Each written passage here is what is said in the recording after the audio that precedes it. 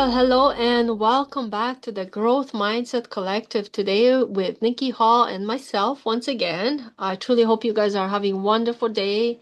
How are you, Nikki? It's been a while. How have you Hello. been? I'm good. How are you? I'm doing good. Eagerly awaiting springtime here in Edmonton. So we got snow coming today, but that's okay. It's warming up, so it's all good. How's the weather there? It's sunny this morning. It's pretty nice. Nice. That's excellent. Well, Yes, let's jump into our topic of today, and it's identity upgrade that changes everything, that internal shift. So, what if the reason your life hasn't changed is not your effort, not maybe your strategy, not your discipline, but your identity? Most people try to improve their life by changing what they do. Very few change who they believe they are. And until identity shifts, everything else is usually temporary. Right, Nikki? What do you got for us today? I love to hear your side of this. absolutely. Well, of course, I have some notes if I can share. Sure, of course. Um, this is honestly, this is a big part of mindset teaching that Ava and I do. Ava and I are both two different disciplines, which is why we are partners in these adventures with mindset, because we represent two different perspectives. And but we always agree on the same mindset points. And as Ava just said, talked about, I'm just going to add to that. And I'm going to say that, like an identity upgrade isn't about learning a new skill. It's about renegotiating basically the contract you have with yourself, understanding yourself, how you've adapted to moving forward. The problem is most people try to change their results without changing the person who receives them. We don't quite catch on to that. So the reality is, if your internal identity is still the seeker or the thriver, you will subconsciously repel the very achievement you are working toward. And fundamentally, that's where Ava and I help you. Um, so here's the shift. We are we need to be moving from doing to becoming. That's not an easy thing, and it's something that you need to be practicing every day once you gain that self-awareness. Ava's really good at teaching self-awareness. So if you're thinking about that and you're stuck somewhere, please talk to Ava. Um, this is the quiet tectonic plate shift that makes your goal inevitable. And we have to practice it. To give you like a 10,000-foot perspective, imagine you are a high performance system. Most people try to add tasks like strategies, hustle, busy work, and we see that an identity upgrade is a complete overhaul in your internal operating system. When the internal operating system changes, the hardware, your body and your business begins to function with a level of efficiency and calm that wasn't possible before. It's a really keen shift. You stop fighting the current because you have now become the current. Right, Ava? Mm-hmm. Definitely. And I kind of have to go back here a little bit to the time when I originally started personal development. And you gotta love social media because part of me is like, yeah, I'm tired, sick and tired of being tired and who I was, what I was doing. And then, these posts come like, yeah, it can change your life. And like sign up with us, sign up here. So Yeah. sign up for personal development, and that's what I did. But, I love the fact that I was able to become more aware of things and that took the practice. It took patience because all of a sudden it's like almost like learning a new language in some way, a language of yourself, I would say. because you realize, hey, oh, I had a negative thought. Oh, wait, I went on tantrum. Oh, wow, and he's like, holy, like, I didn't know there was so much stuff out there. So, that's the first stage I went to, being aware of all those things. And then, of course, it took some time to, catch my other things. I wasn't, I don't want to say like, too keen on, but it's like, oh, okay, time to shift from that to something different. So that took time. And then I realized, like, well, why aren't things changing? Because I was still scratching the surface of that identity. I didn't really understand it to that level. And then when I really went in deeper, I was like, oh, okay, so it's okay like to be aware, but then you gotta do the embodiment part, which I didn't know at first. I thought I was like, okay, cool, I'm thinking better, I'm doing things, but deep down there were still those things that needed attention. That's the thing I had to learn after that. And then it's like peeling those, layers of onion, as they say, right? So yeah, when I first went into personal development, I didn't realize how much work there had to be done. And we all go through different things. Some of us have bigger traumas, some of us have smaller traumas. There's other things you go through. Maybe you want to grow a business. So, you have to use it to the life you're trying to build, right? But there definitely is work that comes with the identity shift. So I just wanted to make that clear because some people come into this thing thinking, oh, I just have to think positive. No, it's a lot more than that. And that's why we're talking about the identity shift here. And I know Nikki has more for us, so bring it on. Okay, well, let's talk. That was right on. That was right on, Ava. Um, what I want to try and break it down to is three core pillars, and I think you'll agree with all these three steps. And I'll qualify the points in a minute, but I'll tell you. One is the death of the former self. Mm, Two is the anchoring of the new standard. And three is the law of magnetic stillness. Doesn't that sound like a wonderful achievement and change? Let's hmm now let's qualify these steps, right, Ava?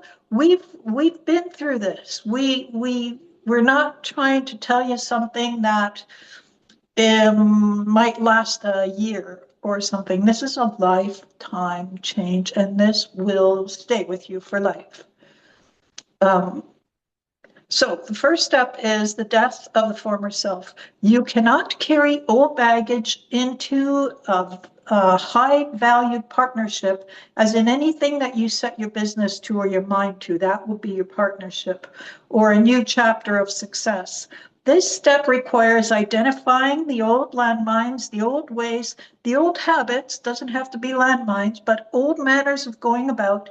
Acknowledge them, see them, say, thank you, I don't need you anymore. The old habits of thought that say you need to be busy to be valued, those especially have to be gone. And your key takeaway here should be that you must be willing to let go of the version of you that survived the past to make room for the version that you are thriving to become in the future. So identify it, say thank you. It had its purpose, but it's getting stale. Yeah, bless it and release it, as they say, right? Absolutely. Okay, so number two, anchoring the new standard. Identity is shaped by what you tolerate. An upgrade identity um, has a high floor to it. You no longer negotiate with your standards. You're not there anymore. You're not going to do that anymore. It's about aligning your body, aligning your mind, aligning your spirit, all of that to accept no less than a yes from the world you're moving into. Right, Ava? Absolutely. Okay, let's move on to number three. Three is the law of magnetic stillness. I love this one. It's my favorite. I had to throw it in there. The final shift is realizing that a true identity doesn't chase, it commands. that's one place where we really have to make the mind shift, and mindset programs help you. So when your identity is locked into your goal, you move the world toward you while staying perfectly still. Which, you see people and they're like, how come they're making millions and they're out here having a party and I'm home doing all this work? Well, that's the reason. Efficiency becomes your signature because you are no longer wasting energy trying to prove your worth. We need a drum roll on that. Woo, yay. I have But to work on that. right? So Yeah. here's an example. Like when, let's say an actor, that's so easy to get in your vision. So pretend you're an actor and you're a smaller actor, and then imagine that you're an actor who all of a sudden has spent years playing supporting characters, and one day you're asked to lead. You get this dynamic shift. You don't just say different lines. You walk differently, you hold your head differently, you move into a crowd that is over here instead of the crowd that is over there. People treat you differently because of the energy you're projecting. It's this shift. We have to learn to take that and move it into our growth and use it as a vehicle for us. Beautiful. I love that. Right? It's really, it's like it's that shift. Like when you look at your work and you think, I don't like my job anymore. I don't even think I want to be in this industry. So you take an inventory on all your skills and you take it and you put it someplace else. Your skills are that easily transferable. So you can go from the casting aid or whatever to the big role. No problem. You can do it. You have everything that you need. And here's the thing. You have to understand that the shift is silent and it's complete. You can do it. You just have to exercise and make the shift. It happens in the stillness of a room and in the relaxation of the mind that already knows the result is settled. Like you see it all, and then you bring in old habits or old manners of looking and thinking, away, just go. You're perfectly efficient, you're perfectly magnetic, and you have the goal, ability, the manner of achievement. You wouldn't be here if you weren't.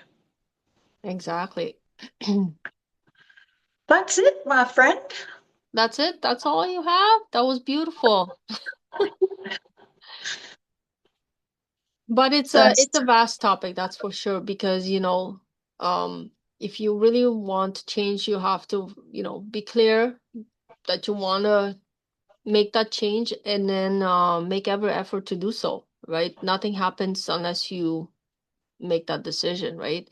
And yes. there was so many lessons for me when I started this journey that it kind of also helps you see, like, sometimes we go through life and we think this is it, but we can do so much better. Just like you said, like if you're not happy with the job you have, your skills are definitely transferable. Go do something that inspires you, makes you happy, joyful, whatever it is that looking for. Don't be stuck somewhere where you're not happy, and I hear so many, and I used to be one of those people too. I used to use a lot of negative words, and I have some of you know, people I talk to, they use so much negativity. Oh, I don't like the job, and oh, I don't think I can do it. I'm trying this. It's like, change your language as well. It does Yes. help. But we forget because we're so into that old identity, and it's like, oh, I'm bad with money. I'm always struggling. I'm not consistent. And yeah, change the language as well. It will help. Yeah. Start seeing it from a different point of view. It's like, oh, wow, was it that easy? Just a shift Yeah. in the language alone already starts you thinking differently too. Yeah. So, Yeah. Well, not only that, but I'm dealing with this with my AI, believe it or not. And I'm trying to say, okay, we're going to do this project. Let's, here's what I laid out. Check it, see if it's congruent with everything, see if it has its flow and all this stuff. And then the computer will say something like, yeah, it's good, even though you don't have. And that is a habit of its manner of qualifying good. Try not to put that tail end on of what you used to be, or don't even recognize that anymore. I Mm-hmm. have to tell, right? You have to change the mindset. Yep, definitely. Yep.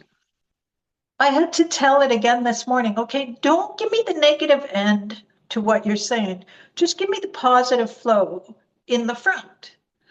And then the computer actually apologizes and justifies what it was doing, and then goes on and says, okay, and I say, okay, save that in your memory so that we don't have to have this discussion anymore. But even for the AI, it sometimes is hard for that to not get tripped up in picking up all that intelligence out there and putting a negative spin on the tail end. So Mm-hmm. Very it, interesting. yeah, so it's valid telling you it's hard work. Mm-hmm. Yeah, very interesting. Yeah, and I love using AI for some of the things that I do because it helps you expand, your mind as well. Sometimes we don't see things, or you just don't have somebody right there at that time to brainstorm with. So I use it to brainstorm with it too. And then you can see like sometimes it spits out information. You're like, no, can we change that? Yeah, yeah. Yeah. Well, not only that, but I'll get communications right now, and because of I'm not quite concentrating as well as I could be right now, I throw it all in, I copy it, I throw it in, and I tell it, give me your perspective, what's going on here, and the computer will nail it for me, and so then I could say thank you, and I can cherry pick the part that is important to me and I can grow from there. But you have to stay in the growth part. You have to stay in that shift where you're not trying to be a seeker or a thriver anymore. Definitely. And I never realized how important identity work really was. I also was at one point in time always seeking the external world, like, oh, either whether it was validation or whether it was something else. And then I learned the proper way of, looking at life, I would say. Yeah, because sometimes it's just the way we grow up, the people we were with, they knew what they knew and we learn from them and so on, right? And it's amazing what we can learn even at a later age. So I'm so grateful for the process itself, getting me to this point, learning more about myself and my good and not so good habits along the way. Well, that's an interesting point that you made, and I know you've probably heard this story a million times from me, but I'm going to share it one brief more time. My grands was 104, and she believed in this kind of thinking, and she believed in the discipline of mindset, and she believed in the constant growth and learning. And the nurse called me one day. She was in palliative care, and the nurse called me and said, May Jeans has called you in. She wants to talk to you now. So it's like, okay. So it was early, early morning. So I rushed in to see her and I said, what's going on? And she said, one, I'm leaving today. And two, I learned my last lesson. Um, and she did leave a few hours after that. But I said, well, what's the lesson? What did you learn? She said, it's none of your business. It's mine. But the fact is that she was 104. She knew she was leaving that day, and she felt like she learned her last lesson. So we have to be of the mind uh, when we live in creation where we're doing and becoming, we have to be open to the fact that we're not going to know everything today. And it's not important that we know everything today. it's important that we know how to be doing or becoming for today, the little lesson for today, the little bit for today, the fact that we're just remembering this today and getting ourselves back in a center. That's it. We just have to keep going. It's just life, Definitely. right? Yeah. From the inside out. Life, yeah, exactly. Well, I was gonna say there's a couple questions, but I think we're good. Like basically it comes down to like who are you ready to become, when while stepping into this, and what internal truth must you accept for the version of you to exist. So, sit with this for some time, reflect on your life, and reach out to us. We're here for you. And we have Absolutely. wonderful programs. We're here for you. Make that call. Um, it's always good to talk to somebody who's in the same space,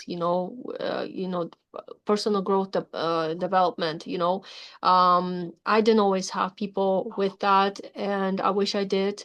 But Mhm. that's okay. That's in the past. I'm so grateful now I have people to support me in my personal growth and business as well. So, yeah, reach out to us. And thank you so much for listening to us. And we'll be back next month with another wonderful topic. So subscribe to my channel, to Nikki's channel, and have a wonderful day. Thanks, Nikki. See you next time.